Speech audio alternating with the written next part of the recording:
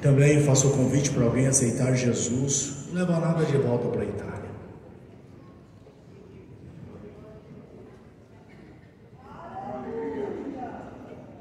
Com alegria vos saúdo com a paz do Senhor.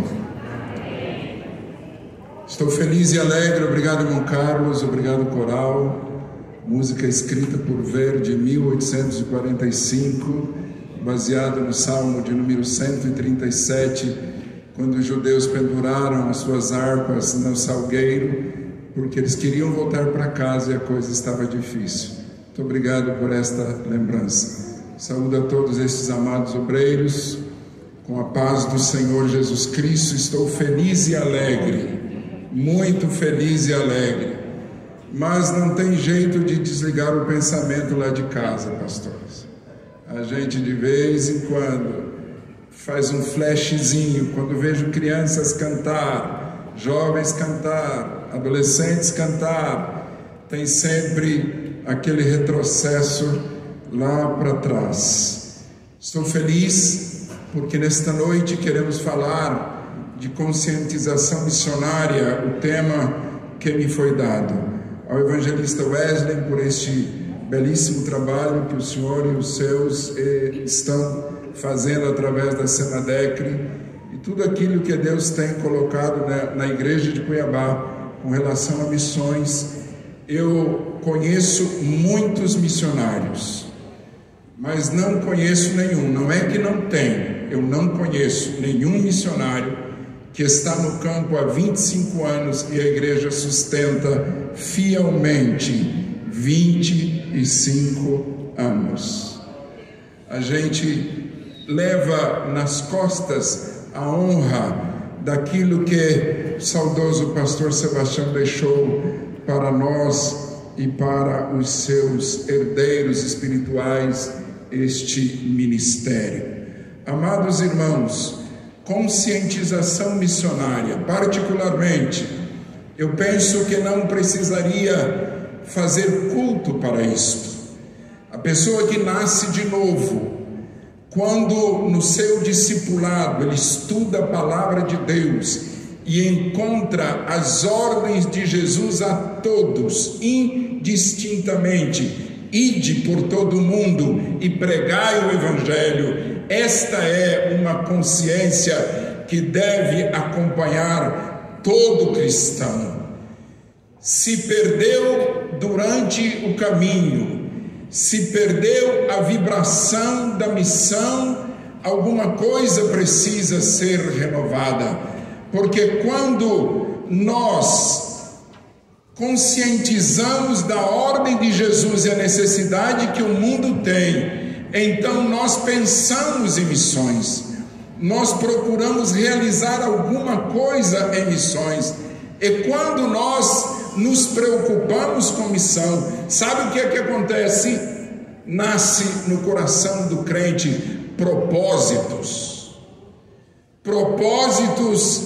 que são ligados a projetos missionários, que graças ao bom Deus a igreja tem tantos. E eu encontro no meu dia a dia muitos crentes que estão vivendo felizes, que estão tendo experiências extraordinárias, porque aprenderam que quando nós fazemos propósitos com missão, Deus responde mais depressa, Deus responde com grandezas, Deus responde imediatamente, porque é o seu plano primário, especial e maior para a igreja do Senhor Jesus Cristo. Missões. As missões que provoca interesse no coração do crente, ela traz testemunhos extraordinários. As chamadas não são iguais, os campos não são iguais. Os missionários que saíram de Cuiabá, eu fui um dos primeiros com a minha família, fomos para um lugar diverso de tantos outros, mas as coisas acontecem por ordem de Deus e é Ele que vai na frente e realiza coisas que nós nos surpreendemos sempre. Me lembro de um missionário que foi chamado para uma tribo africana, uma chamada específica, uma tribo muito difícil na comunicação. E esse missionário chegou ali naquela tribo e por 3 anos ele simplesmente estudou a cultura daquela nação, que era uma tribo num lugar muito difícil. E depois de 3 anos estudando a cultura daquela tribo, ele decidiu traduzir o livro de Isaías e o Evangelho de João. Mas quando ele chega em Isaías capítulo 1, versículo 18 e 19, ele encontra uma grande dificuldade, porque o versículo diz assim: ainda que os vossos pecados sejam como escarlata, eles se tornarão brancos como a neve. Então ele traduziu assim: ainda que os vossos pecados sejam vermelhos como sangue, eles ficarão. Não tinha neve, a tribo não conhecia a brancura da neve, e ele ficou muito tempo com este versículo como um espaço que ele não conseguia preencher. Um dia ele descobriu que aquela tribo tinha uma particular atenção para um pássaro da família, que para nós seria pássaro preto, mas aquela qualidade de pássaro de vez em quando aparecia em pássaro albino, inteiramente branco, e o branco era tão branco que brilhava, e eles chamavam aquele pássaro de Tudor.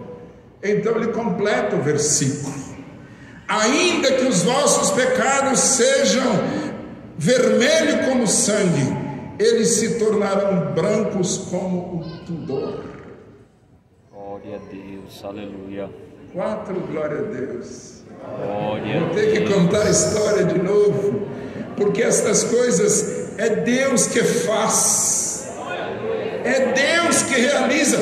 Deus lá atrás criou o passarinho e deu a ele a qualidade de albino para que fosse branco, porque um dia chegaria um missionário e ali ele realizaria a tradução da Bíblia em modo compreensivo para aquela tribo.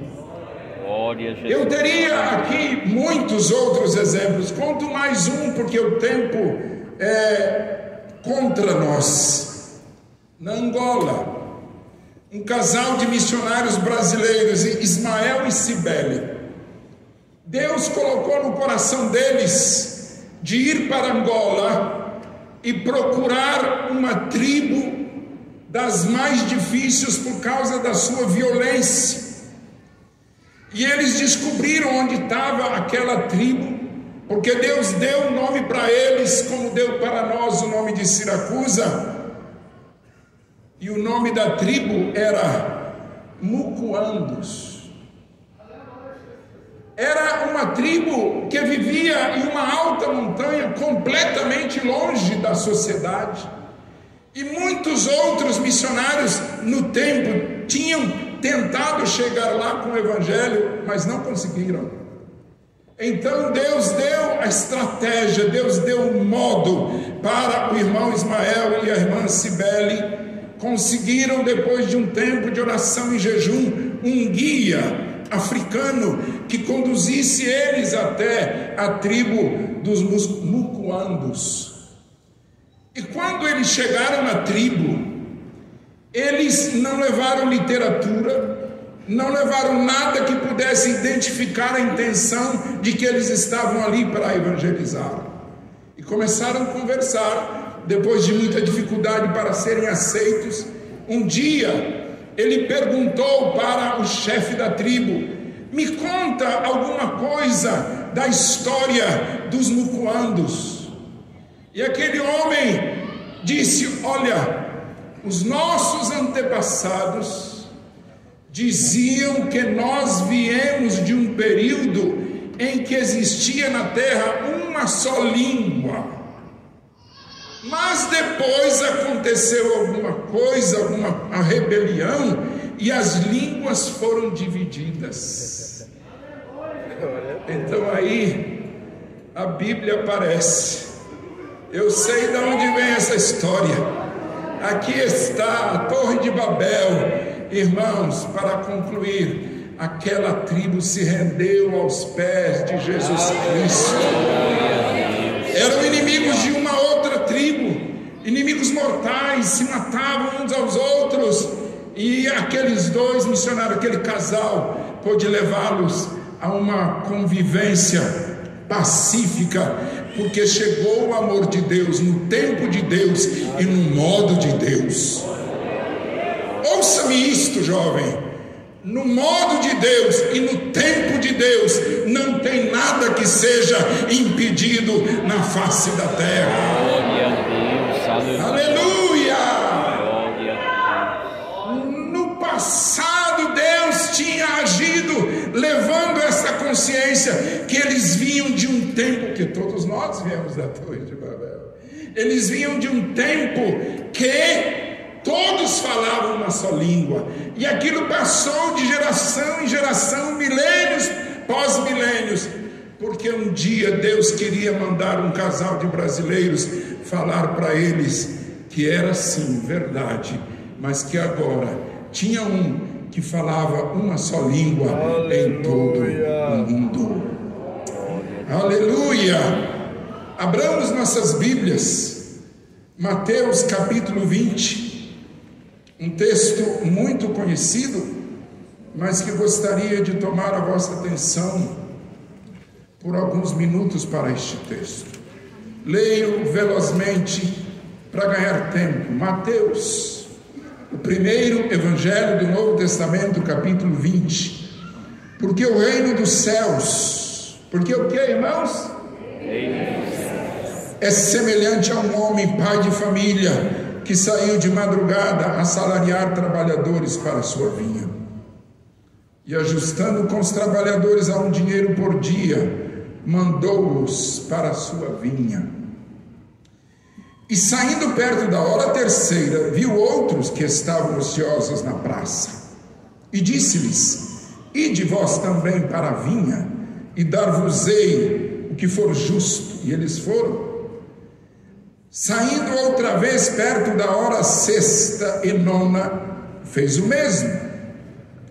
E saindo perto da hora undécima, encontrou outros que estavam ociosos e perguntou-lhes: por que estáis ociosos todo dia?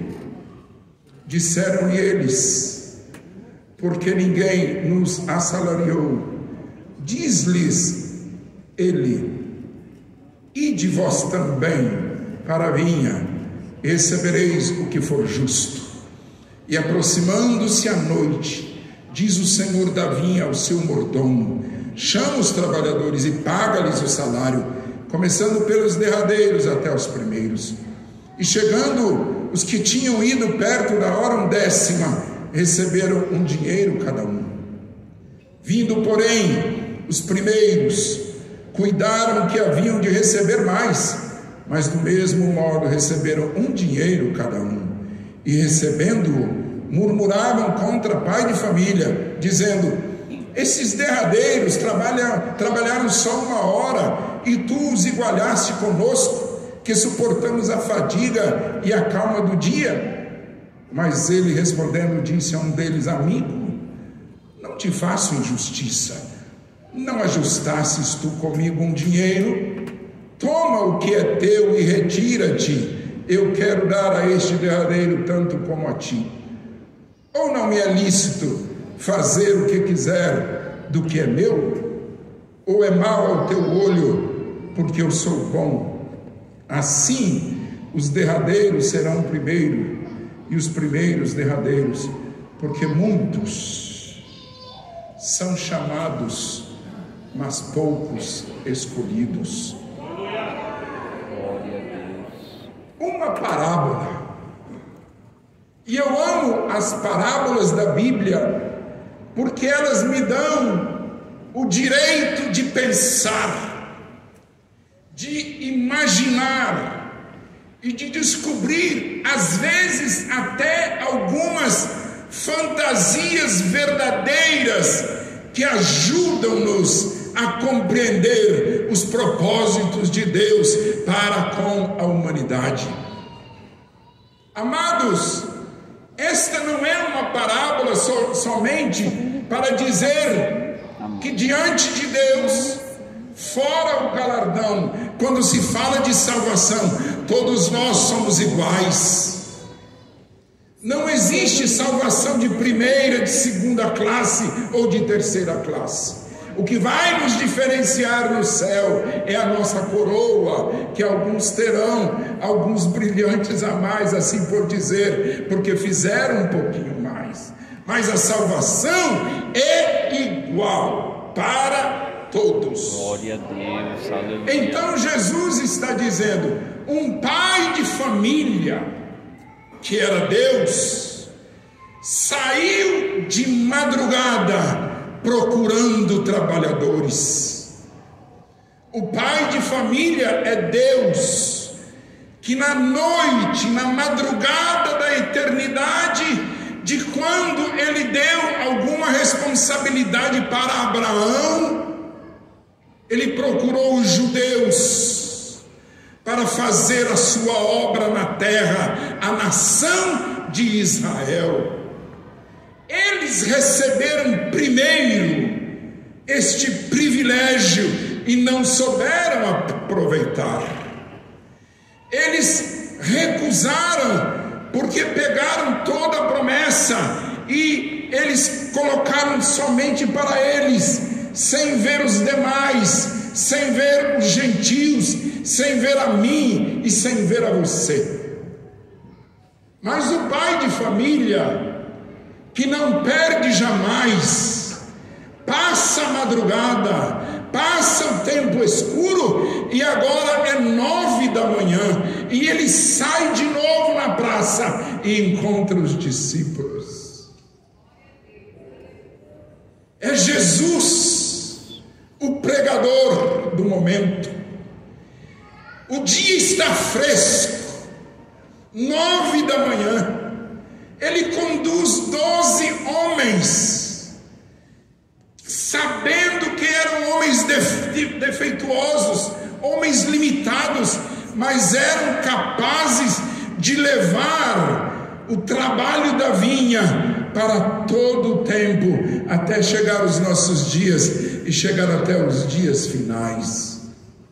Os trabalhadores das 9 horas foram muito privilegiados, porque eles viram milagres, eles viram transformação, eles viram coisas que eles não podiam imaginar. Era 9 da manhã, se podia trabalhar muito bem e tranquilamente.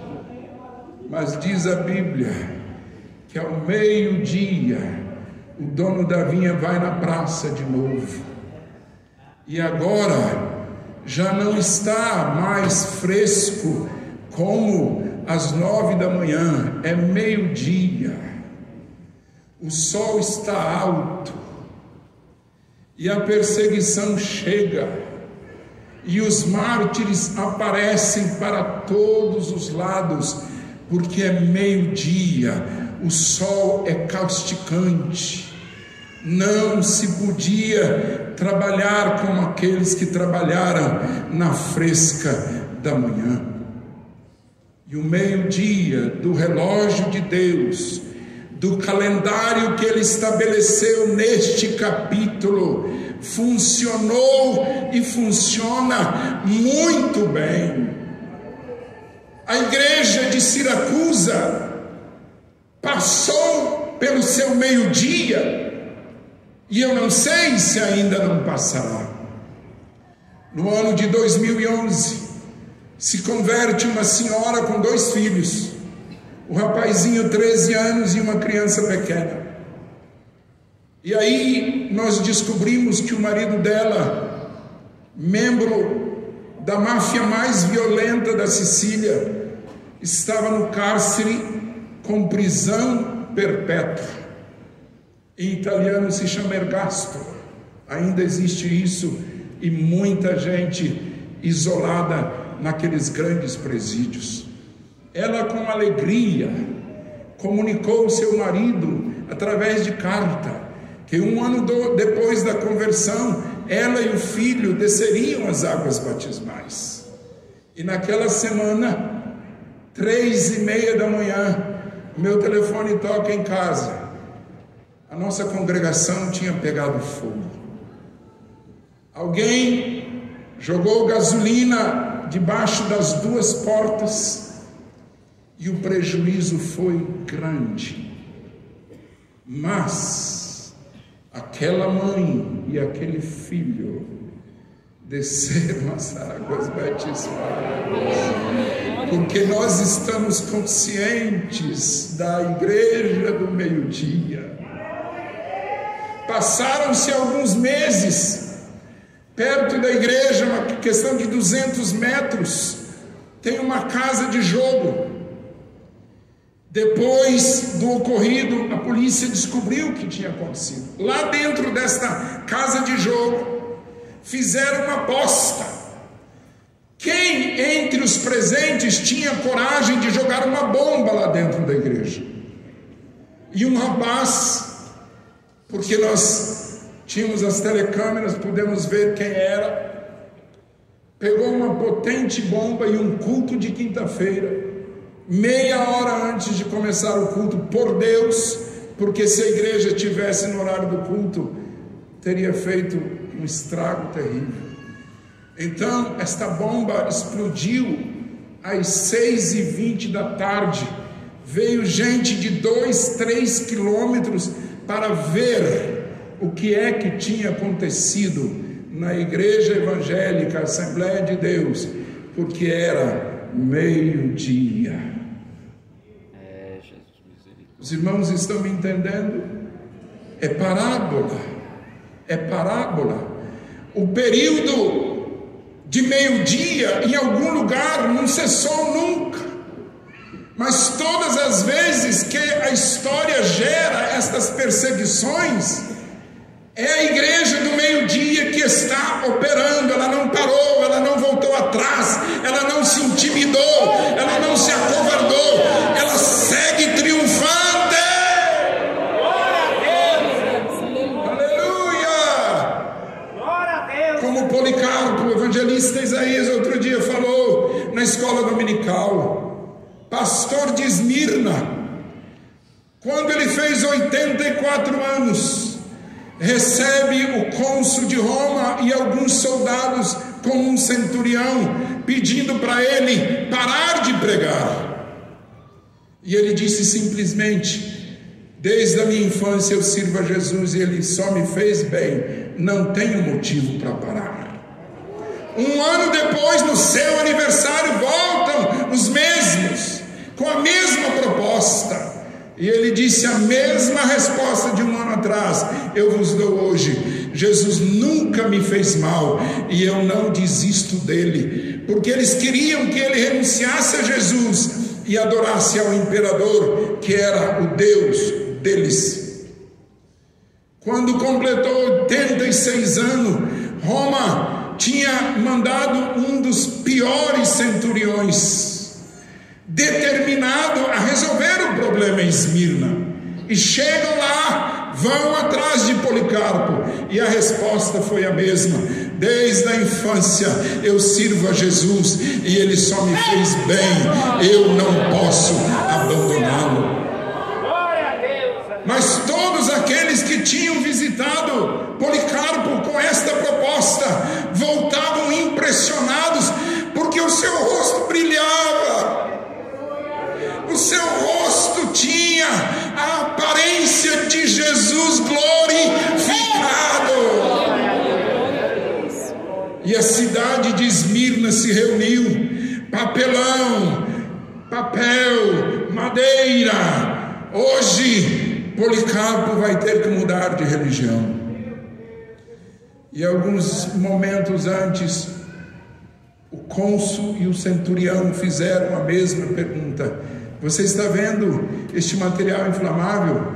Você tem tempo para desistir da sua fé e glorificar o imperador romano.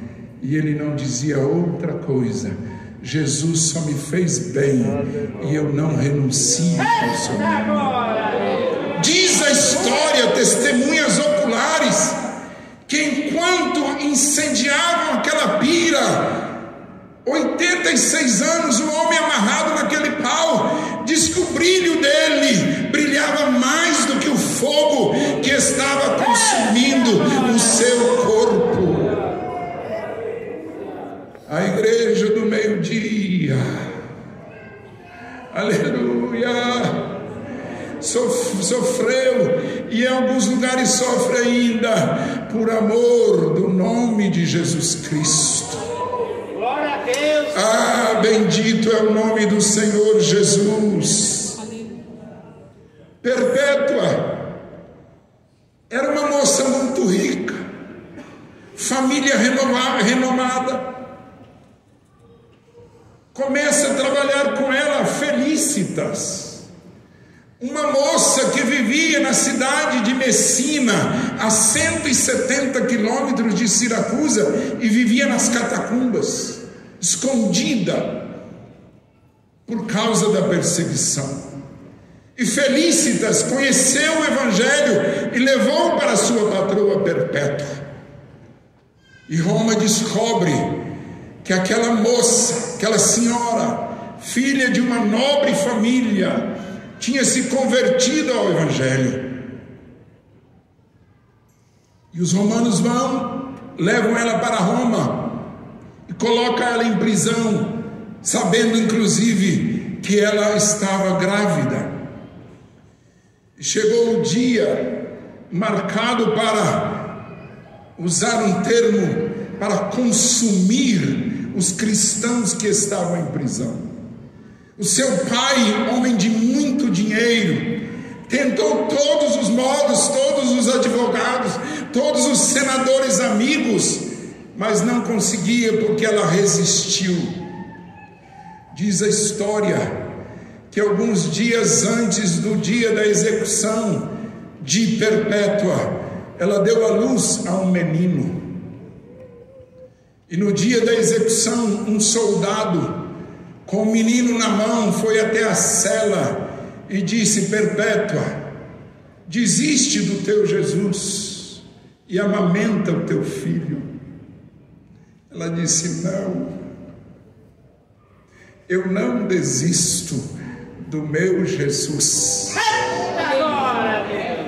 Passou aqueles corredores dando as costas para o seu filho neonato, que precisava do leite materno, mas Jesus estava acima daquela condição de mãe, de criar um filho. A igreja do meio-dia sofreu muito e ainda sofre. Mas, amado, chega às 3 da tarde. Às 3 da tarde é a hora do sono. É a hora que tudo para. É a hora que o interesse de todas as coisas diminui. E o diabo, aproveitando o sono da igreja às 3 da tarde, entra com toda a sua força destrutiva, e a gente começa a ver as histórias do medioevo, onde por 1000 anos a igreja romana dominou o mundo, matando quem ela queria, fazendo viver quem ela queria, vendendo indulgências, criando o purgatório, criando coisas contrárias completamente à palavra de Deus. Por quê? Porque a igreja estava com sono. O sono da tarde é terrível. Se você fizer uma pesquisa A maior parte dos acidentes estradais acontece na tarde, quando o motorista está com sono e ele perde o reflexo, e a igreja entra num estado de dormência terrível, até que um dia Deus abre o coração e os olhos de um rapaz que estava dentro de uma escola católica. 4 anos não tinha pego a Bíblia, porque só no 4º ano a escola concedia aos alunos daquele seminário católico de ler a palavra. E um dos primeiros versículos que ele leu foi Abacuque: o justo viverá por fé. E naquele momento, Deus inicia uma mudança na história. Aquele rapaz sozinho fez muito mais do que um exército. Lutero, ele não fez tudo, na verdade, mas acendeu o fogo de novo da verdade do Evangelho. Aleluia! Acabou a igreja do sono, e agora chega às 17 horas. E às 17 horas, diga comigo, eu me encontro dentro dela. 17 horas é a última hora. É a última hora que o dono da vinha vai na praça de Cuiabá, de Várzea Grande, de Rondonópolis, de São Paulo, do Rio de Janeiro, de Nova York, de Roma, de Siracusa. Ele vai em todas as praças. Eu preciso dos últimos trabalhadores. E ele contrata aos milhares, às 17 horas. Aleluia! Os das 9 horas da manhã, a hora da fresca, ele tinha prometido um dinheiro. Era um direito. Aos trabalhadores do meio-dia, ele prometeu um dinheiro. Aos trabalhadores das 3 da tarde, a hora do sono, porque se nós pensarmos bem, também na hora do sono, não faltou 7.000 que não se dobraram a Baal. Também naquele tempo terrível. E agora chega a hora do acerto de contas. Você está preparado para o acerto de contas? Eu vou chegar lá e vou dizer: ó, senhor, eu fiz mais do que eles, né? Fui para a missão, larguei tudo, tinha todo o conforto. Nada a ver, você tem o mesmo direito que os outros aqui. Glória a Deus, aleluia. Mas eu tenho direito. Você tem direito. Você tem direito. Porque nós somos chamados na última hora, mas a responsabilidade de Deus não mudou de uma vírgula. Ele continua chamando hoje trabalhadores para a sua vinha, e Ele vai acertar a conta com todos nós. Todos nós vamos ter um acerto de conta. Bendito é o nome do Senhor Jesus Cristo. É possível. Glória a Deus, aleluia. Ouça-me, por favor. É possível que dentro desta igreja hoje tem alguém que está vivendo às 9 horas da manhã, a hora da calma, do conforto. Mas pode ser que tenha alguém que está vivendo o meio-dia. Quando o pastor Luiz Carlos chegou para nos ajudar na Itália, nós abrimos uma congregação numa cidade a 23 quilômetros de Siracusa que não tinha uma só igreja evangélica. E a primeira senhora que se converteu, a primeira irmã, o marido dela todos os dias, um pedaço de pau de 1,5 metro, esperava ela na porta da igreja. E ela sabia que chegando em casa ia ter problema. Ela está lá até hoje e é a primeira que chega na igreja. Aleluia! Aleluia!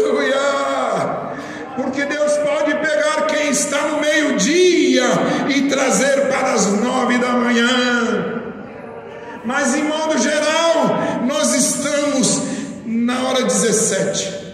E depois, o pai de família não sai mais, é a última vez.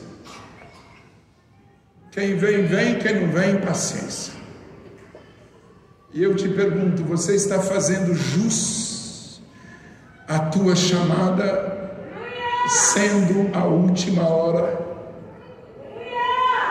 É uma resposta que cada um de nós precisamos fazer hoje, dar hoje esta resposta.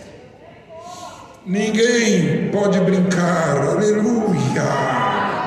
Ninguém pode estar ausente da responsabilidade que Deus tem nos dado. Por favor, o fundo musical. Quem sabe algum dos meus amados irmãos desejam ocupar uma dessas cadeiras, é justo. Mas primeiro que você ocupe uma dessas cadeiras, o que você está fazendo na tua 17ª hora? 17 em português.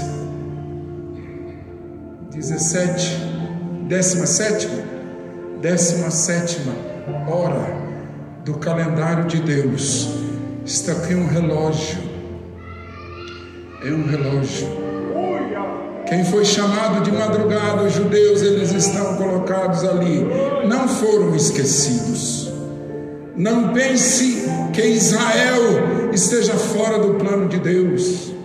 Não se esqueça do que Paulo ensinou, dizendo que nós somos zambujeiro bravo,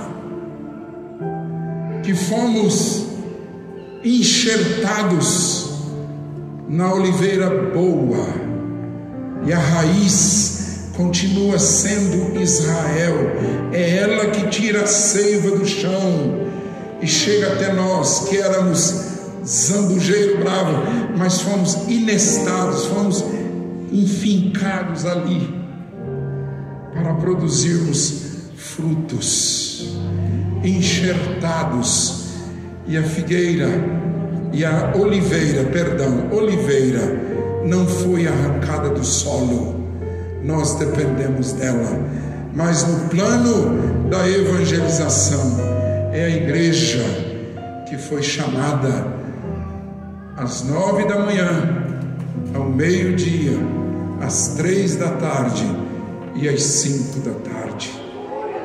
Tem tantos modos de evangelizar, tantos modos. Um folhetinho no para-brisa de um carro, uma frase quando você saúda alguém que você não conhece. Aliás, no Brasil, conversava com a minha esposa dizendo, aqui ficou até difícil da gente saber quem é crente, porque todo mundo está dando a paz do Senhor, está te abençoando, bom dia, Deus te abençoe. Você vai ver, não é um cristão evangélico. A linguagem cristã tomou conta da nação. Creio que isso é bom, mas nós precisamos sair deste pequeno ovo e ir para frente, porque a conversão é muito mais do que uma simples saudação. Mas depende de você, depende de mim. Não sei se a igreja de Siracusa terá mais alguns meio-dias, não sei, mas certo é que como o Senhor Deus esteve no incêndio, e a coisa interessante que bem de frente, Eliebe está aqui, esteve lá, bem de frente da igreja tem um panifício, uma padaria, E o dono da padaria, um rapaz, tinha se convertido e ele estava trabalhando aquela noite. Foi ele que ouviu o rumor do incêndio, chamou os bombeiros, porque senão o prejuízo tinha sido ainda maior. Eu nunca contei isso, porque eu amo contar coisa boa. Eu amo contar as coisas que glorificam o Senhor, mas esta é a verdade. E certamente o prejuízo não foi maior, porque tem alguém que ora por missões. Irmão Wesley, vai avante, porque a verdade de Deus é essa: a gente contribui até ir.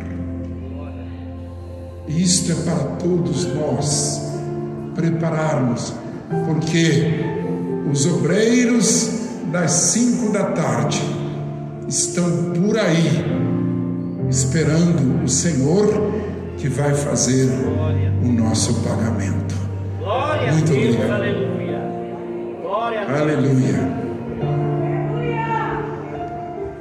Fazer apelo em um culto que a gente fala de mártir não é muito fácil. Mas eu quero te dizer, você que não tem experiência com Deus, que o mundo também tem os seus meio-dias, os seus dilúvios, os seus terremotos, as suas misérias e desgraças, sem ter a proteção do Altíssimo. Mas quando nós temos a verdade da nossa parte, e a verdade tem um nome, ela se chama Jesus, tudo é diferente. Então a igreja te oferece com esta oportunidade. Os trabalhadores da última hora estão aqui para você, para você receber o Cristo que morreu na cruz, que cumpriu todos os horários do calendário, mas ressuscitou e está à direita de Deus. A igreja se põe de pé. Onde está uma vida que recebe a Cristo nesta noite? Uma vida que quer abraçar a fé dos crentes como uma fé tua, pessoal, verdadeira e de muito fruto. Onde eu vejo uma pessoa que deseja receber a Cristo como seu Salvador, dá-nos, por favor, uma mão levantada como sinal. Nós queremos orar pela tua vida, nós queremos orar pelo teu futuro, para que você faça parte deste grupo que serão chamados para o acerto de contas final, o último acerto de contas. Tem alguém nesta noite